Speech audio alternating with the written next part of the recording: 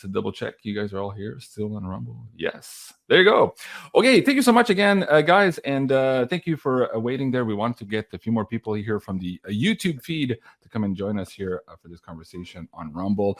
The show today, guys, is basically an offshoot of two shows I've already produced. One a couple of days ago with Cliff High, was the war correspondent on the June 10th, and the other one is with Dick Algeier. I recorded that one on July 4th. Now, both the guys at the remote viewing future forecasting group and Cliff High with the WebBot data were picking up an anomaly in the data here regarding July 15th. And they've both done decodes on what that perhaps could look like. And I wanted to have Juan's take on this as well. Juan's been on quite a few shows in the last couple of months talking about this event that would change the world. And I wanted to have his input on whether or not this July 15 fits into that event. Is it the starter gate for it? And what he sees in the background here happening in the next couple of weeks and months here as we are transitioning into this brand new world. Why don't you take the first maybe 5 minutes here, Juan, to explain? You've been visiting, you went to Japan a couple of weeks ago, you were in London a couple of weeks ago. All of this suggests that there are big rumblings happening and there's power players around the table here, perhaps redesigning the power structure around the planet here as we speak. Share to the extent that you can here what you're doing in these meetings and what this is leading up to here for the next couple of months. Juan. Well, I don't know that I can share much, except that I have had some just incredible meetings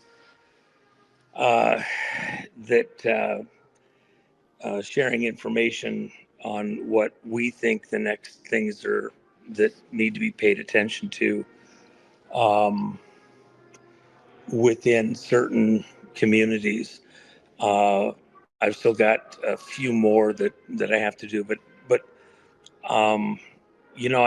I've mentioned it a number of times that the crisis for America in the dollar and in the banking system would start in Asia and Japan primarily, and that there would be actually an early trigger that was out of Brazil, and then but it wouldn't be seen. And then it would move on to Japan. And that's essentially all now in play. The yen is at the lowest point against the dollar that it's been in over 40 years now. Mm-hmm. And then you have to add into that part of the equation that the dollar is radically lower than it was at the beginning of this administration. And that purchase was like $122. And it had a certain number of items in it that he had purchased for household use and like that. So out of interest, he decided to place the exact same order. He just Walmart has a feature where you can just take everything, an older purchase and recycle it, and just recycle it. When he redid the purchase, shockingly, and I was stunned by it myself, the purchase of those exact same items, and it was only about 2 years old, not 4. The exact same purchase was like $465. And so just nearly 4 times more than what it was just a short while ago. Now, the numbers that we get concerning inflation, cost of goods and services, is nowhere near those kinds of numbers. But perhaps that's a much more accurate number in some ways than whatever the published government numbers are, because certainly, cost of everything has gone up radically. And if you remember back to the 2007-8 banking crisis and monetary crisis during the Obama administration, the primary thing that triggered the collapse was fuel prices went extremely low. And people were amazed at how far down the fuel prices went. Then they just flipped and they went way, way, way high the following year. And that broke this real estate flip market and started the collapse of the being able to flip houses and things like that with ever increasing prices. People using their property like a bank teller, a ATM, and just taking profits out of the properties on the flips. And this is kind of a similar situation. The reason Japan's so important, it has very, very low interest rates. And it only takes a minor up in the interest rates to have very severe damage in their economy. And then Japan is tied into the rest of the Asian markets and China. Well, China is getting hit hard for similar reasons as the dollar would. Japan's yen crisis is, spreading out across multiple markets, including the dollar and others. And so China this last week had 40 banks just vaporize. And here in the West, in the US, we have a number of Japanese banks that are actually protected within our Federal Reserve system. And if they have a problem, we will emergency give them money out of the banking system, protect them from collapse. Why is that? Because Japan is our closest trading partner to the U.S. Our economies are very, very intricately tied together. When we went after the Soviet Union and collapsed the ruble in the late 80s and early 90s, Japan was the area that the primary purchases were done through that made the difference. There was a lot of early work that was done with the German mark and German banking system, but it was more cumbersome, it was more difficult, and it was a little too close to home. So the Asian markets were way more utilitarian for the purposes that we were involved in. And the problem is that when we didn't take that energy or that those monetary instruments and clear them in the Bush administration and later administrations, it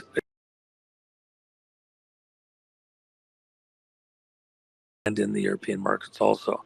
I think it was treasonous, not because there wasn't an original plan for how to do that, and it was not done. But we live with the consequences of it now, and the chickens are coming home to roost. Right. Well, let me bring a few items on the screen for the audience here. The first one here, and it's funny because we were talking about 1971 and the cars, and you said, "Oh, look at what that era was looking like." Well, in '71, of course, we had the introduction of the petrodollar here on the screen. I have Kissinger signing a deal with Saudi Arabia.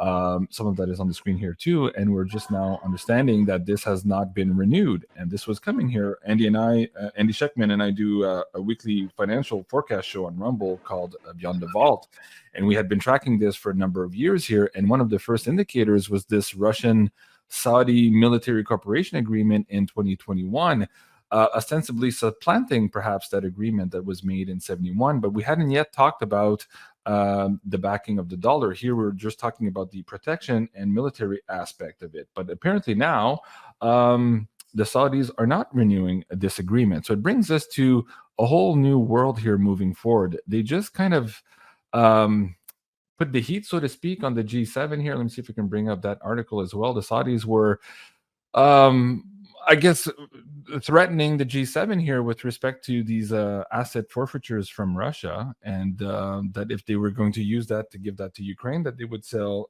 Euro bonds. So we're seeing here a big tectonic move in our financial system. Even though the mainstream news is not reporting on this in a big way, it seems that the players at the tables here are very much engaged into some negotiations. Now, the question is for everybody watching the show, what does it mean for them? So on one hand, you talked about the inflation. We see that. We've seen the death of the dollar here. We haven't had the funeral yet, but we've definitely seen the death of its purchasing power looking at the inflation. But what does it mean for us moving forward? You talked about Japan. We saw the music stopping there with one of those big banks liquidating $63 billion worth of assets. And now the 40 banks just vaporizing here in China in the last week. What does it mean for the rest of the world here as this continues down the line here in this snowball effect while these giant players here are renegotiating the power map? Let's try to untangle that a little bit here moving forward. What does it mean for us? Juan, are you still there? I muted because I had a little bit of music going in the background. I wanted to get that out of the. Okay, there you go. Out of there. I apologize. The one thing that let me unwind a couple things here. Okay. When I was, as a courtesy, because these are friends, talking with folks in the Japanese system last fall, I advised them then that they could not. There was pressure from the political side to just get along, go along, not do anything to rock the cart. Mhm. And my advice to them was that they needed to move early and decisively. This was about survival. This was about some type of an existential threat to their interests. And they have a lot of people that count on them within the banking system, a lot of families that are on the hook. And I said, you don't have the luxury of being slow to protect them. And so, my advice was to move early and decisively. And I felt that they had to move before the end of the second quarter this year. And the problem is when you're doing huge transactions like that, you don't just do them on a whim. There's a lot of work goes into preparation, reporting, the whole mechanism gearing to pull something like that off is pretty intensive. So you wanted them to be done by the end of second quarter, is what you just said. Well, to have started the process, in those kinds of numbers, you can't.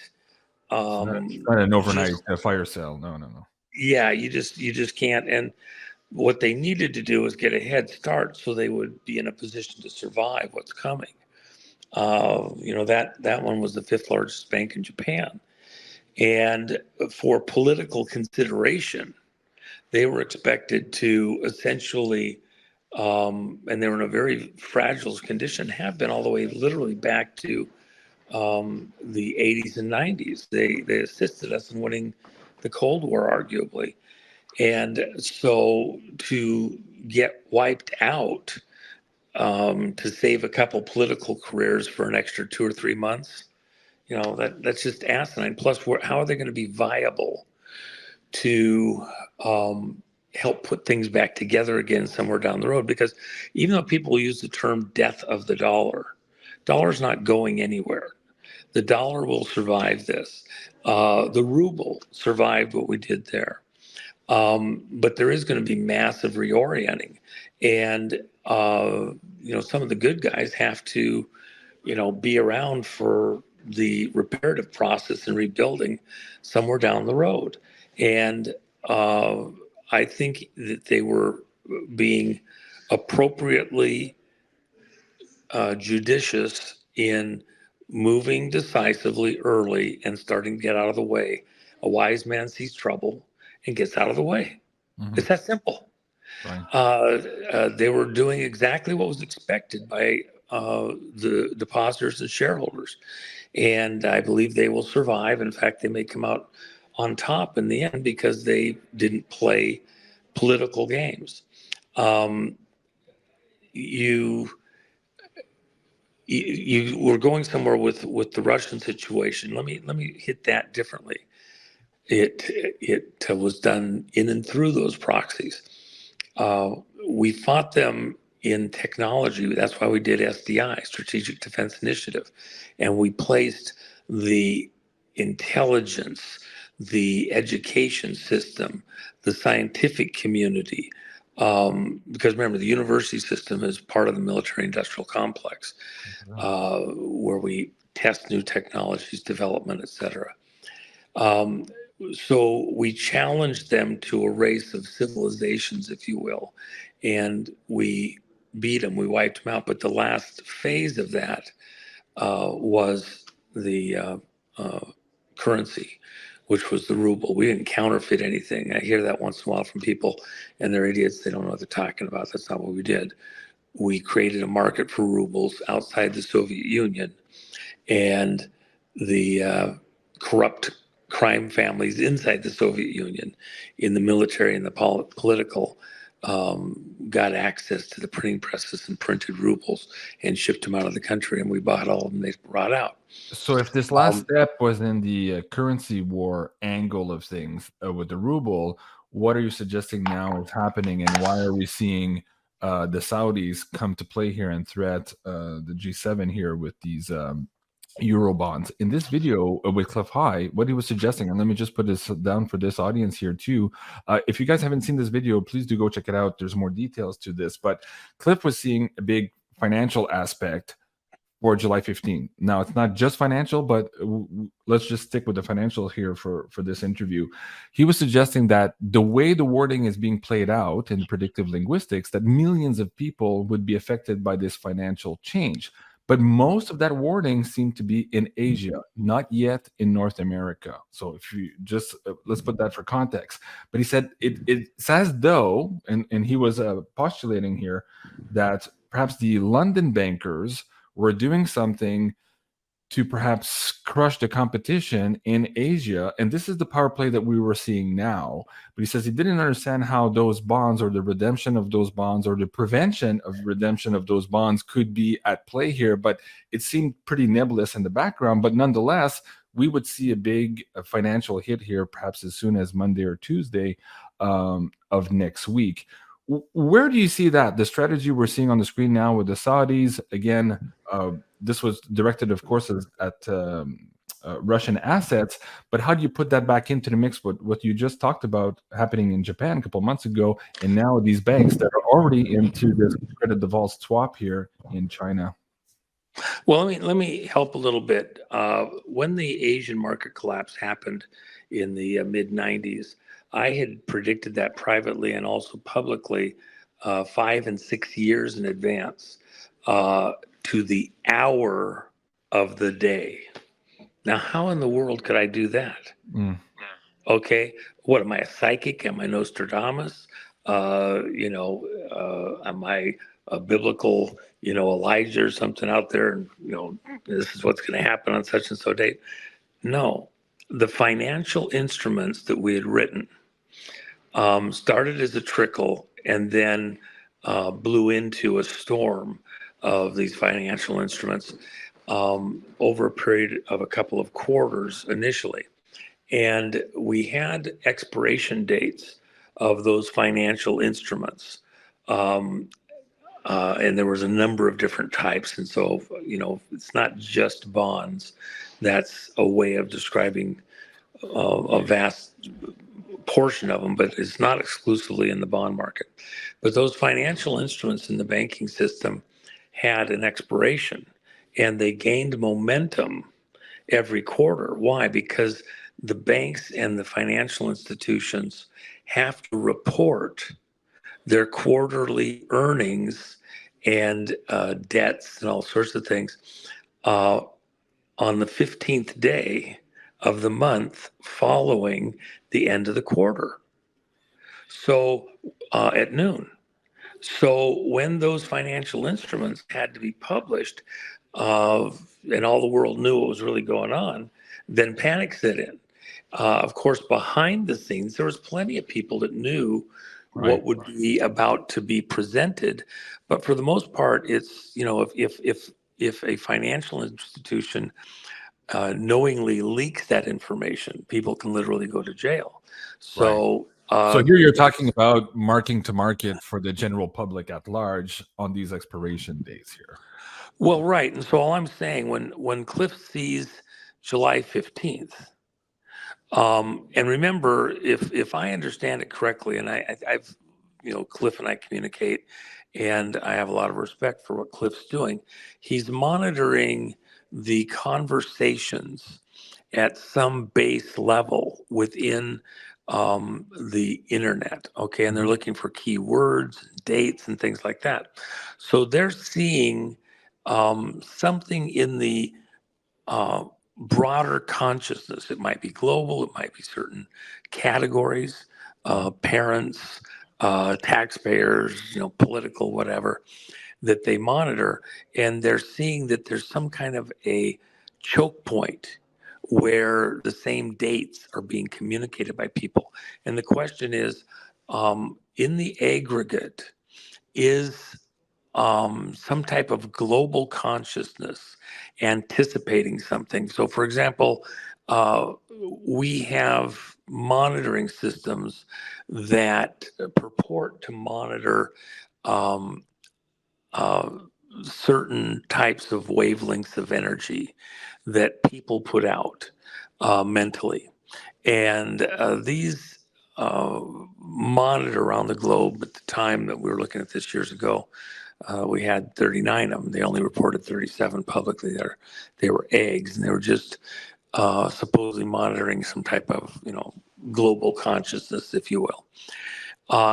In the day before, and then began to trickle off slightly, but very slowly, out until the funeral. There was another spike, and then it trailed off.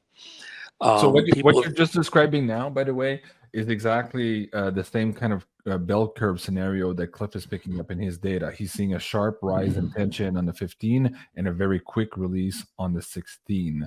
I think it starts at 2 a.m. Pacific time on the 16, the release language itself. So that's the same kind of scenario. Different type of technologies being used there, but I think overall you're looking at the same thing. Now, what are you expecting for July 15 or in and around that time frame here? well, the only thing I wanted to add before we move on, in what Cliff is reading, if I'm understanding correctly what it is that he's using this time around, he's looking at communications packets moving across the internet. So it's actually a very tangible form of data monitoring. And the contrast is the other form that I described to you is more akin to mapping certain waves that would be considered by most, say, scientists to be pretty intangible and of questionable value for tracking purposes, etc. Although we've had similar things, 9/11 did something similar, and Right. there were other events. So with that in mind, So it's like ringing a bell. What Cliff is looking at, I would say, is far more substantial and tangible within the aggregate of human consciousness. All you're seeing is a ticker tape of what the internet is showing people's emotions are. And of course, let's say take the stock market. The stock market is really a barometer of how people feel. If they're optimistic about stocks and investments, that the business community is going to rise in value, production, other things are going to go up because it's leveraging the future, that companies are going to make more money and there's going to be more profit and we're going to do well, or whether the future is dark and prices are going to go down, less money is going to be available. It's just a barometer of emotion, very real barometer of broader human emotion. And so he's measuring or discussing something that is actually a fairly tangible thing. People are expecting in the aggregate something to happen, and then they've associated a particular date with that just so happens to match the reporting time period for these corporations doing their second quarter reporting. So it's not ethereal. You don't have to be Nostradamus to understand what it is that would seem to be connected to that concern that people are conveying somewhere and communicating. Now let's go to the Saudi thing. The dollar was actually tied to Mideast oil way before the Kissinger agreement in the early 70s. That just formalized further agreements that were already in place. And the core nut of that is that any oil transactions that were conducted in dollars would then receive the protection of America's Navy and military. Nobody was going to attack their tankers on the high seas without getting retribution from the American military, and that our State Department would be there to assist on things, nation to nation, etc. And in this way, we expanded the amount of dollars that America could print and have in existence and open new markets up for dollars. So across the world, the dollar really became the world's reserve currency because in order to get energy safely from point A to point B, and remember, the world runs on energy. And the primary energy that has run on for the last century is oil. And so societies use energy. If you denominate the transfer of that energy in dollars, then the dollar becomes a king. If you start reducing the dollars, or as Saddam Hussein threatened to do back at the end of the 80s, he wanted to denominate oil transactions in a basket of currencies. Yeah. And that was kind of the basis for what the rest of what happened. Whatever you heard, based, compared with what the real that was the real weapon of mass destruction at the time. Yeah, well, and this is why you just nailed it in this instant. At this moment in time, Russia is getting their heads beat in by the United States and Western powers through NATO.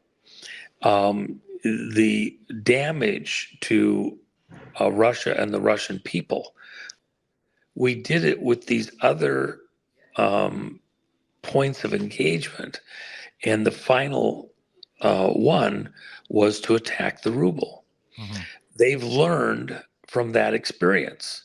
We have a president here, puppeteered by others, but he said just recently that he authorized the use of American weapons that had been sold or given to Ukraine against targets inside of Russia. And recently, the So F-16 you have a situation where, yes, and so Putin is taking a page from the Cold War handbook. Is he going to engage America directly on our strength? Or is he going to engage us by other means that will be, ultimately less expensive for them and harder for us to combat? Of course, he's learned from what we did. Right. And so they're taking a page out of the Cold War handbook, and they're going to attack America on multiple things. Look, even I talk about it, these biolabs, 54 of them that were in Ukraine, where they were doing genetic testing and development of weapons that would attack the genetics of Slavic people. Like the James Bond movie, it's just crazy. And that was being done in Ukraine. You had 12 CIA bases. Now they admit it. We had talked about it, a decade ago as it was being more fully deployed. For getting this orange revolution, the agreement was that NATO would not move 1 inch east towards Russia. The Ukraine would be kind of a no man's land as far as any kind of weapons and things like that. And we wouldn't threaten Russia. And Russia, in return, would develop peaceful ways of trading with the West, which what they had to trade with was oil and gas. So they created the pipelines and started shipping oil and gas into Western Europe and Central Europe so that they could, do trade and get goods, give something to Europe that Europe needed, and take stuff back from Europe that Russia needed. In this asinine, insane, total bullshit war that's been developing, they've blown up the pipelines. Only a portion of it now comes through. Hundreds and hundreds of thousands of people, maimed hundreds and hundreds, probably million or more people. And to what end? You're going to invade Russia? You're going to choke it off from existing or working the West? They were doing exactly what we asked them to do. So Russia, Putin, and the people around him have had to make decisions. Do we attack NATO on its strength? No. Militarily? Does that make sense? Are we going to attack them some other way that they're less able to defend themselves? If we got beat on the ruble, let's just do it to the other side. So they're attacking commerce. They're attacking things where we're vulnerable. Arguably, the Baltimore Bridge was an attack in that vein. And by the way, it was tens and tens of times more expensive in the American financial networks when the Baltimore Bridge collapse happened than 9/11. Think about that. Yeah, that's crazy. Okay. So, well, what did they? We were blowing up bridges over there. Yeah. They had a little tit for tat. Look, what's fair for the goose is fair for the gander. And so Russia is taking moves that are very hard for us to counter. We live in a glass house here in the West. Canada's in the same boat. And there's a certain, I would say, insanity to what's going on here. It lacks logic. It doesn't exist in what's going on here. So going back to July 15th, I understand where you're going with this, that Russia is, taking a page from the playbook of the States here, and we're looking at this kind of currency war, tit for tat in the background. I wanted to add this also to the context. This was on the news a couple of weeks ago, de-dollarization bombshell, the coming of BRICS plus decentralized monetary ecosystem. And if I scroll down to the page here, they're proposing the introduction of what they call the unit for September of this year, where it would be backed 40% by gold and 60% with a basket of currencies from the BRICS. Now, if that were to occur by September, you just mentioned earlier that people needed to start making moves here and perhaps even finish by the second quarter.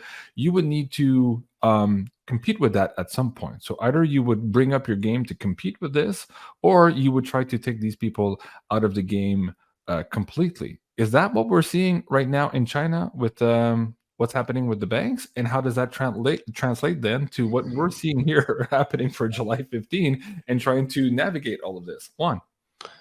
Well, part of the thing you have to keep in mind, let's use the Chinese government as an example. They are very aware of their vulnerability to a collapsing dollar.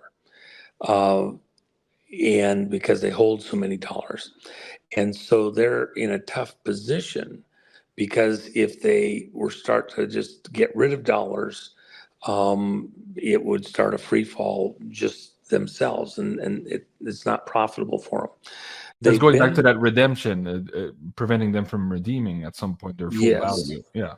Yes. And what they've been doing is buying anything that wasn't nailed down with their dollars, including friends, getting money to other countries, buying real estate, if you will, either end of the Panama Canal, various countries across Europe and Africa, Central America, South America.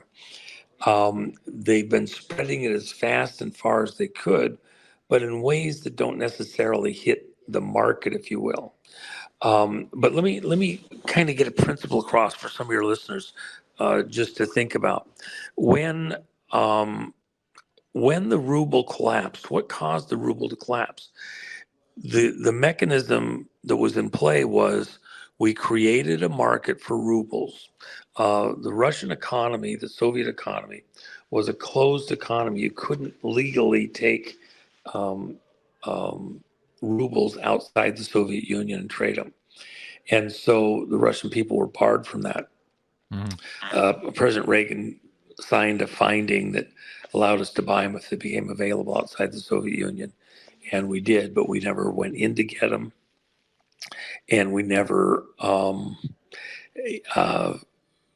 counterfeited them or something like that. They're all genuine rubles.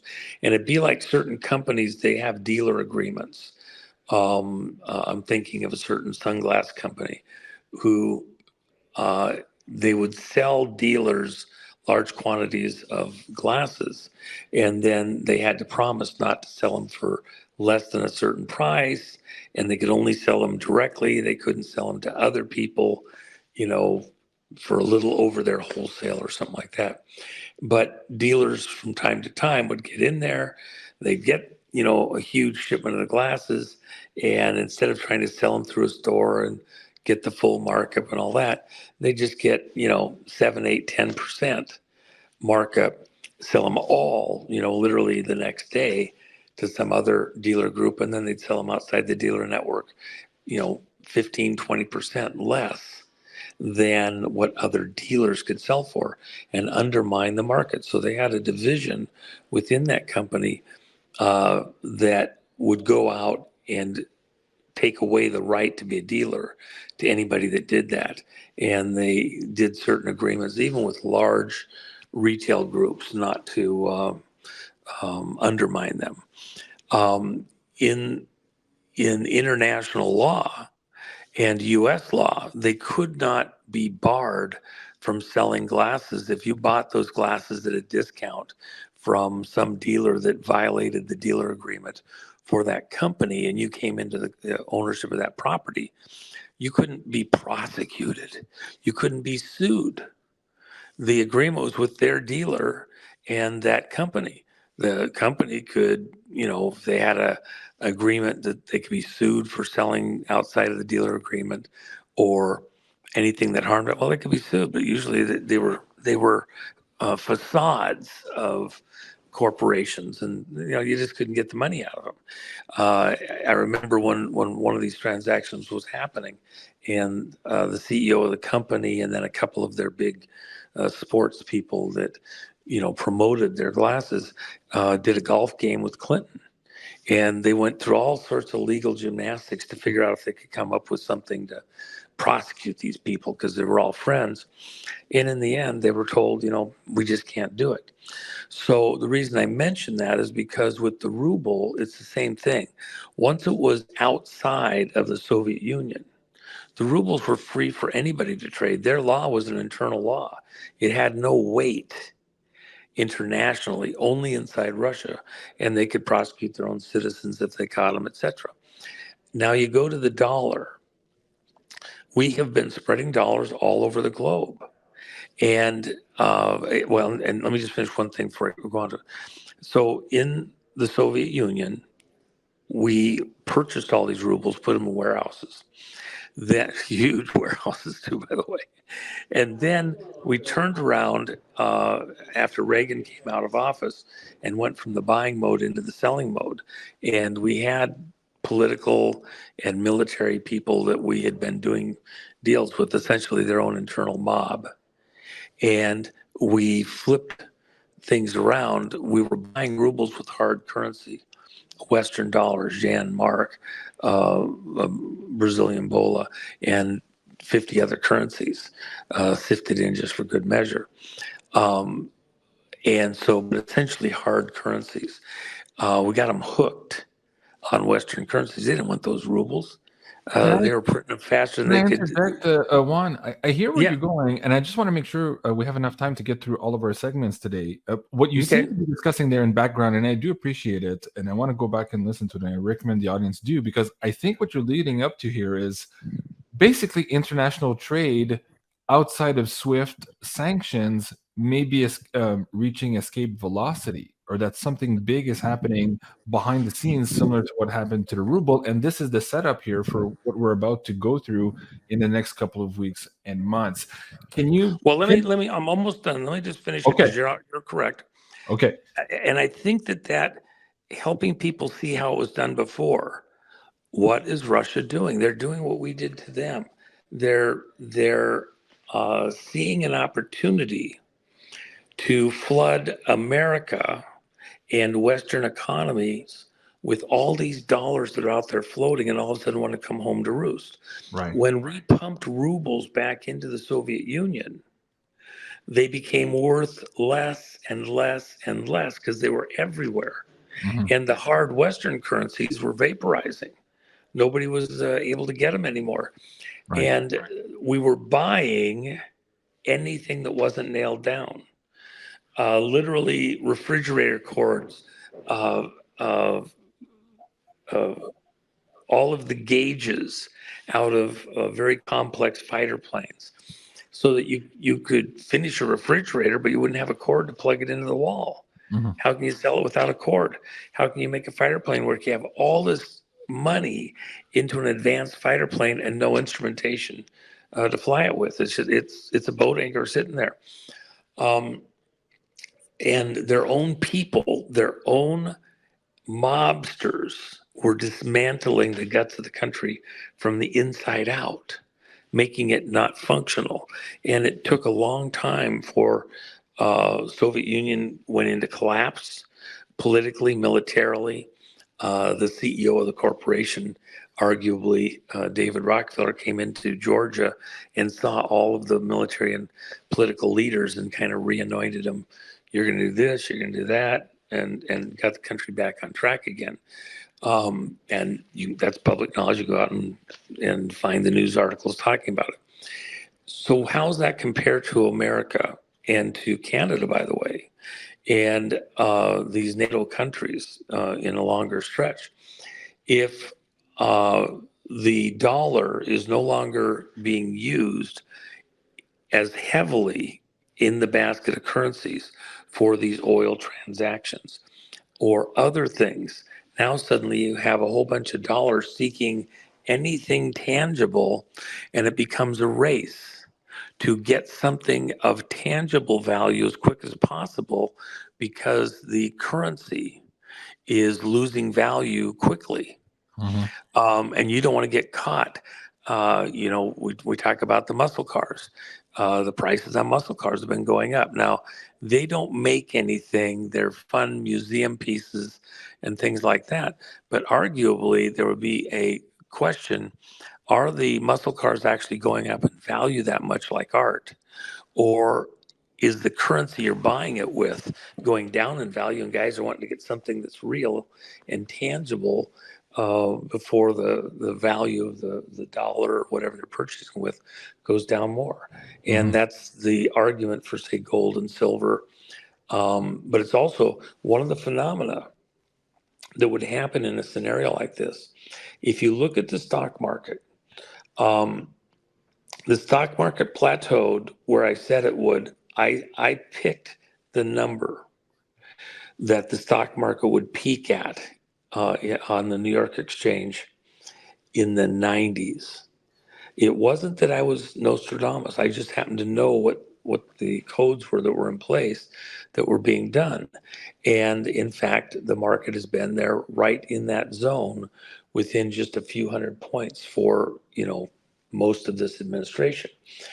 But a breakout occurred a few weeks ago that showed that the ceiling was soft, um, and it could go much higher before it actually has a collapse. Why would that be? Because just like gold or silver bars, the stock market represents buildings, um, machines, patents, uh, huge volumes of personnel, things that are hard to replace. If the economy starts to go wonky, will some of the businesses go out of business that make certain things, and actually the companies that still have assets that are functional become worth even more while you're waiting to turn America back on again?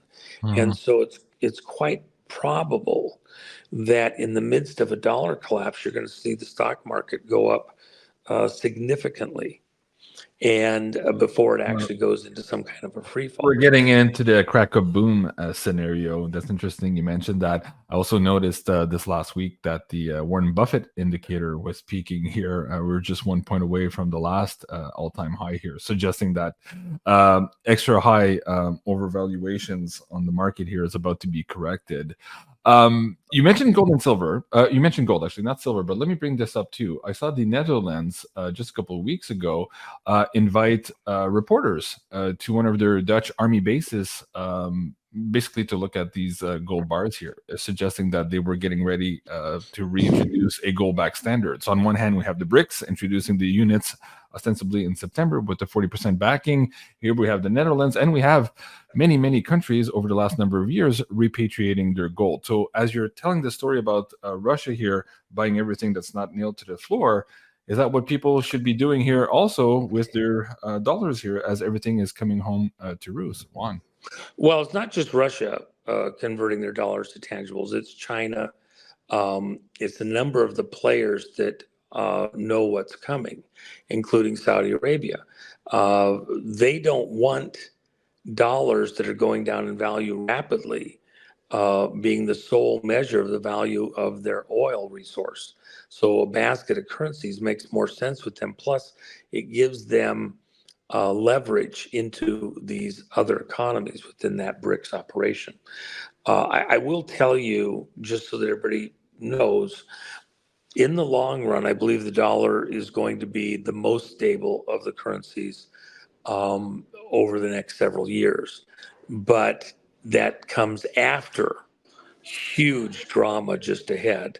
And so when things are unstable, think of a mob war, gangs fighting each other. Do you want to be in the middle of a mob war? Do you want to get out of the way so that you don't get hit? You don't Yeah, get hit with when the collateral Titans are damage. fighting, move back out of the way so you don't get hit by the debris. What you're just suggesting here, also, I was interested in this a couple of days ago. Trump sparks talk of Bitcoin as a strategic reserve asset. When you say the dollar is going to be strong and withhold in the future, are you seeing here some type of backing with Bitcoin on top of gold? Well, the one thing people have to remember, and I accept that I'm talking to an international audience when I'm talking to your audience that's not just America. Right. Um, Bitcoin and the blockchain methodology was developed by DARPA, Defense Advanced Research Program here in America. All of the rest is just a good story. Um, uh, but it was put together, introduced, built out within that. And had Hillary won, the Bitcoin probably right now would be at about $3 million, and the dollar would be, very, very nearly, relatively worthless. We went through Um, that scenario, you and I, in the last interview, and I want to be very specific with our time here today. But moving forward, this is a new announcement here with Trump using Bitcoin as a strategic asset. well, the reason that I say that, here's the problem. Yeah, The motion, the energy in play is so great that be you Trump or anybody else, you can't fight some of that energy. You have to kind of join it right. in order to control its direction. He And in he was fact, he was also saying that he didn't want to deprive the United States of all the blockchain innovation that's going on and keep that's us out right. of the market. No, I understand that. Okay, let And me and the go. only other thing I'd add here Yeah, very quickly is America, with the blockchain systems, America and its computers and technology that we haven't actually brought into the public side, uh, is better positioned, just like we beat the Soviet Union on our technology. If you're going to get into blockchain trading, and we're competing in this global market with the banks out of the City of London, the 1 square mile, and with other countries within the BRICS technology. The reality is, if you want to have that war, it may be a little bit all over the map getting started, but in the end, we're best positioned to own that turf. So betting against America and its technology, good old even with American all the innovation. other, you're on the wrong side of that. So, but what I would say is this: while it's in a precarious moment, that's why you kind of go with the tried and true and tested. If you have silver or gold, you have a basis for what's going to spike, and then you can go into the more productive things a little further in. But it's a little early to guarantee that you're picking the right horse in this horse race. And That's a so good the best, strategy. Yeah, thank you for that. Yeah, that's a very good strategy. We've talked about that quite a few times on the show, and at some point here, we're going to be able to dip back in when we see, because we're going to see like maybe 90% of these cryptocurrencies go by the wayside. So a lot of people are going to be shocked by all of that. So if you want to be on the safer side, as Juan is saying, maybe get into some physical in the time being as you see these fights unfold, because we're going to see the fight between the CBDCs and those decentralized cryptocurrencies as well. Well, and the only other thing I'd add, and we talked about it before, but it bears repeating, what will happen is the best funded and more broadly traded, and then the technologies that work within banking and economic transactions best, they'll be the leaders, but a lot of these other ones won't vaporize. They'll be absorbed in and merged to more powerful ones. It'll be like what happened in the credit system, credit cards, where you had multiple platforms that could do monetary transactions for various of the banks. And on your credit card or your bank card, you'd see Axis, or you'd see Discovery or other things. You could look at a bank machine, see if yours was one of the ones listed by any bank. And if it was, you could go to somebody else's bank machine halfway across the world and get money out of your own personal account. Now those have all been merged, and you can pretty much go to any of the banks and get money from your account through systems that don't show on your card anymore, but exist behind the scenes. The blockchains will get merged. The best of them will survive. And there's a number of underlying blockchain currencies that actually will be the most profitable, more profitable than, say, a Bitcoin or other things. So if you go out and you buy 10 of them, you're talking about the bridges between these cryptocurrencies. Right. By the tracks, not the train. Yeah. That's a very good point. Let's get into. I'm an hour 8 minutes already into this. Man's going too fast. I wanted to get into some esoteric content with you as well. On July 15th, we're entering this Mars-Uranus Algol triple conjunction. Algol itself is often associated with Perseus and the beheading of Medusa. Now, in the context of the global cabal, the Medusa, the many heads there of the snake on the head, very indicative here. And also some of these alignments suggest that there could be some big fated changes in the financial systems. I go back to both Dick Algier in his remote viewing about the death of the dollar, the transfer of power, some type of crisis happening behind the scenes, as well as Cliff High looking at a lot of data coming out of millions of people being affected here on a financial scale, mostly in the East right now in Chinese literature. That's what was coming up in the linguistics.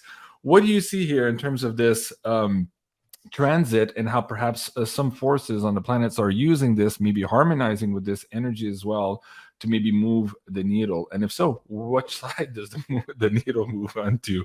Juan, I know that's complicated. No. Let me just answer this. Let me do one quick thing before I answer that. Okay. I am a Christian. I look at scripture and life from that perspective. And so for other Christians that may be listening to this wondering, well, how am I answering this? Because I'm not a fan of, for example, Janine and I have talked in it from a collegial kind of a level. We're friends and we discuss some of these things. We're not adversarial about it, but I'm not a person that believes that. Juan, we just lost you. I think you muted yourself. Oh, sorry, I had a call that was trying to get in. Order Okay, my go ahead. life through mysticism or spirit things.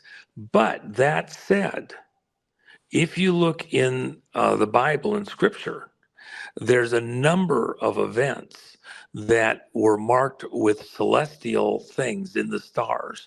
Yeah. One of them being the birth of Christ. Yeah. You had the wise men from the east that saw something in the stars, in the planets, that they saw a star rising in an area of the sky that they attributed to the Jews and believed that a king had been born, and they came just based on what the stars told them to give a great fortune of wealth to this new king as ambassadors, and the that event was all seen and forecast in the stars. So when you talk about celestial alignments and things like that, there is a certain value to it. I don't order my life by it, but I do recognize that many of these things are accompanied that way. In fact, the idea of comets announcing the rise and falls of kings or empires. And we saw numerous leaders, including Nixon, all go out of power during a comet passing. So there is things like that that do occur, and they parallel events in the physical world. That said, I do. Let me just add one to that. Just Yes. one to that scenario. Pluto the destroyer in our ARB right now this year is very similar to where it was in 1776. So if you look at the Bastille and you look at the French Revolution, the removal of the monarchs, the redistribution, or at least the attempt of retribution of wealth and civil liberties, we're in that same type of astrological alignments now. So going back to this Medusa's head. Well, and by the way, yeah. let's hold there for a second. At the same time that America was having a revolutionary war with England, France was going into some kind of internal convulsions, and you had the guillotine being used on everybody. Yep. So you can have events that mean different things to different groups, and but still have some. In other words, there's power. a theme, but it might be different based on your location and political persuasion. Right, and so when you think of history of nations and people, it's like a river. It's constrained. The banks are time itself, and yet some nations are rising and gaining greater influence within that river, and others are disappearing and fading out and becoming less influential. And so there's a kind of a confluence that occurs. Nothing happens in a vacuum. If America is under attack, other countries are becoming more weighted and powerful, a la the BRICS thing. Does it stay that way? Is it a rock in the stream? Everything's going around it, but the water's still going somewhere. There's this flow of time. And what's it look like on the other side? That's more what I believe we're actually looking at here, that as we get through this choke point, there's some kind of a rock that's been thrown in the stream. And there's, you can have a smooth flowing river. Somebody throws a great big rock in the middle of it, and now the water has to condense, and I'll fight to get around the rock here and fight to get around the rock there. So velocity changes, the turbulence, the depth, if it's constrained by the banks. We're at that kind of a moment in time. And the far side of it, I think, smooths out a bit for a period of time. But we're coming into an era where ultimately we'll get some peace on the far side of this. Uh, and then the legal ramifications, the payback, the justice that's coming in the American system. While the rest of the world is watching, Right. America is going through this incredible choke point. But the background in the picture with Ukraine, with Israel, with Iran, stuff going on in other parts of the world, they'll all be affected by that because they're going to get caught up in some of that turbulence. And then we're going to get a period of relative stability and peace. And then once everything is kind of reoriented and reset, it's like the difference or that period of time. You had the Roaring '20s. You had some Right. relative peace. Innovation boom also. Yes, and then all of a sudden it starts to come out because the issues aren't actually going to get fully resolved. The monsters aren't fully going to be eliminated. If you get rid of some of them in the American system, you still have other problems all across the world, and now you got to go out and try to get those stabilized too. And unfortunately, I think the road ahead leads to Armageddon. Well, Uh, it's like in France also. After the guillotines, they didn't solve all the problems that night. They had another 10 years of darkness after that, trying to reboot the system and try different things, and still persecute those that needed to be persecuted, and all of this. Can we just plot that maybe before we go? We're in our. I brought this up earlier because I thought that was a funny meme, but Baghdad Bob moment right now. Everything's fine. He's sharp as a tack. Don't worry. Well, the population is realizing now that their mainstream news was in fact playing the role of Baghdad Bob here before the debate. Well, remember, I told your audience, yeah, I believe the last time I was on, that the Democratic Party, one of the Roman punishments, besides the cross, which was just horror, was that it's order that gets burned down. There's an unusual robbery or jewelry somewhere, wonky land deals are going, but you're taking your kids to soccer, you're picking them up at school, you're going to the grocery store, yet you're living in a war zone and you just haven't fully come to grips with it. But sometimes it erupts to such a level on your street, in your house, in your business, where you can't ignore it anymore. And that's what I'm telling you, that literally you have mobs, globalista, that are having a huge war all around us. And it's becoming so strong and flamboyant that you can't ignore it anymore, because you can't let your kid go to soccer practice. You can't let your kid ride the bike down to the grocery store because they might be, and become much more tangible and real. And that's what's about to happen. The United States and Canada, Australia, New Zealand, on the far side of this, will be closer than ever before for various societal logistical reasons. Japan, one of our huge allies, is going to become even closer to America on the way through this, and to Canada. So we have the lines are going to be drawn in new ways. We're going to have to work together to be together to get through this. This isn't the end of the world. It's not Armageddon. I think that's the biggest thing, that if I wanted to leave a message with everybody here in the closing minutes, it would be, this isn't the end of the world. So you operate accordingly.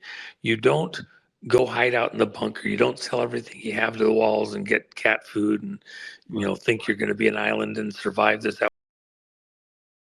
You do get closer to home. You make sure you know who your enemies or your friends are, and your enemies.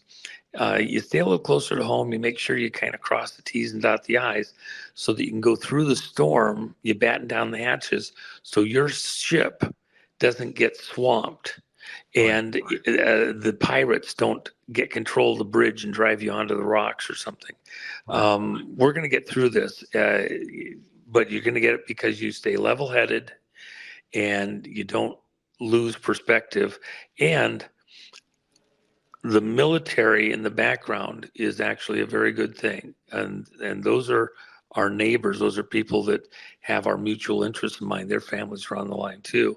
There's some bad guys in there. There's a whole bunch of good guys. Enjoy the show. Enjoy the show indeed. Well, and I say that because at a certain level, how can you, there's a lot of stuff you can't do anything about. Right. And you just got, at some level, it's like it's MASH humor. Yeah.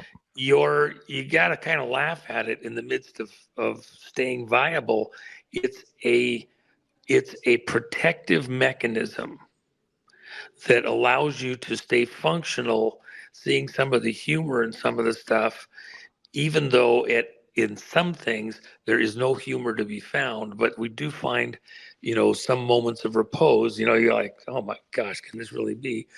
But that's a form of sanity, recognizing the insanity. You're still sane enough to recognize how insane some of what's going on truly is, and the people saying that this is normal, it's okay, and everything else. You just got to laugh at it, like, the lunatics got loose. We've got to clean up the asylum and get them back in their cages. Fabulous interview, Juan. Thank you so much. And speaking of the lunatics here and how insane everything is, I saw this tweet from Elon Musk the other day, and I wanted to share it with the audience members. He was talking about the simulation giving us a message here, and this was a phallus-shaped iceberg hovering off the coast of Dildo, Newfoundland. Can you imagine that, Juan? Somebody's giving us a message. Yes, my gosh. Oh my gosh. Hey guys, if you want to check it out on your way out, go to thejennifermaca.com. You can get some Magador silver coins there as well. And if you're looking at getting more gold and silver in your own possession, you can do so here at beyondmystic.net/silver. There you'll find these specials here given to the Beyond Mystic audience by Miles Franklin, including these junk $50 here back in stock at $250 over a spot. Thank you so much, Juan, for being on the show, man. Great conversation. Beautiful. Always enjoy it. Thank you. Today. Thank you very much. Thank you. Please remember to like, share, and subscribe, folks, and leave us a message below. And please stay tuned for the show tomorrow. I'm going to have Kerry Cassidy on. We're going to look at this triple conjunction here with Al Ghul and some more decodes here of July 15th with Kerry Cassidy. And, of course, astrologer Meg Moonbeam. That's going to be at 2 p.m. Eastern tomorrow. Thank you so much, everyone, for watching. Have a great day, and we'll see you soon. Au revoir.